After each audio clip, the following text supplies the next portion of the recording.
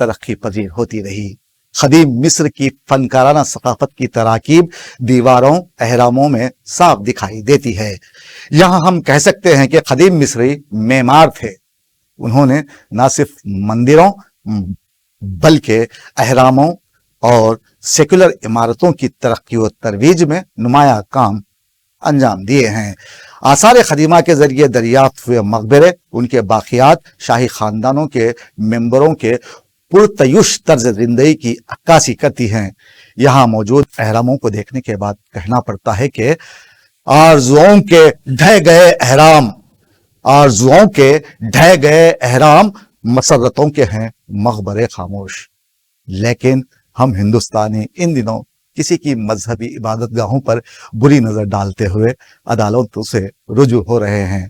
پہلے ہی ایک عبادت گاہ کو شہید کرتے ہوئے وہاں کوئی اور مذہب کے ماننے والوں نے اپنی عبادت گاہ بنا ڈالی، اور اب مذہبی شدت پسند دوسری عبادت گاہوں پر دعویٰ کرتے ہوئے ایک خاص فرقے کے لوگوں میں بے چینی پیدا کرنے لگے ہیں، جو ہندوستانی آئین کی خلاف ورزی ہے۔ جبکہ دوسری جانب مصر میں لٹی مٹی یادگاروں کو کھوجنے کا کام جاری ہے۔ یہاں موجود اہراموں کو دیکھنے کے بعد کہنا پڑتا ہے کہ ہم ہندوستانی بڑے بھولے ہیں، یا پھر ایسا بننے کی کوشش کرتے ہیں، کیونکہ ہر مرتبہ سیاسی قائدین ہمیں ہندو مسلم مسجد مندر کے نام پر ایک دوسرے سے لڑتے ہیں، اور دونوں فرقوں کے مابین خلیج پیدا کر دی جاتی ہے، جس کا سلسلہ ہنوز جاری ہے۔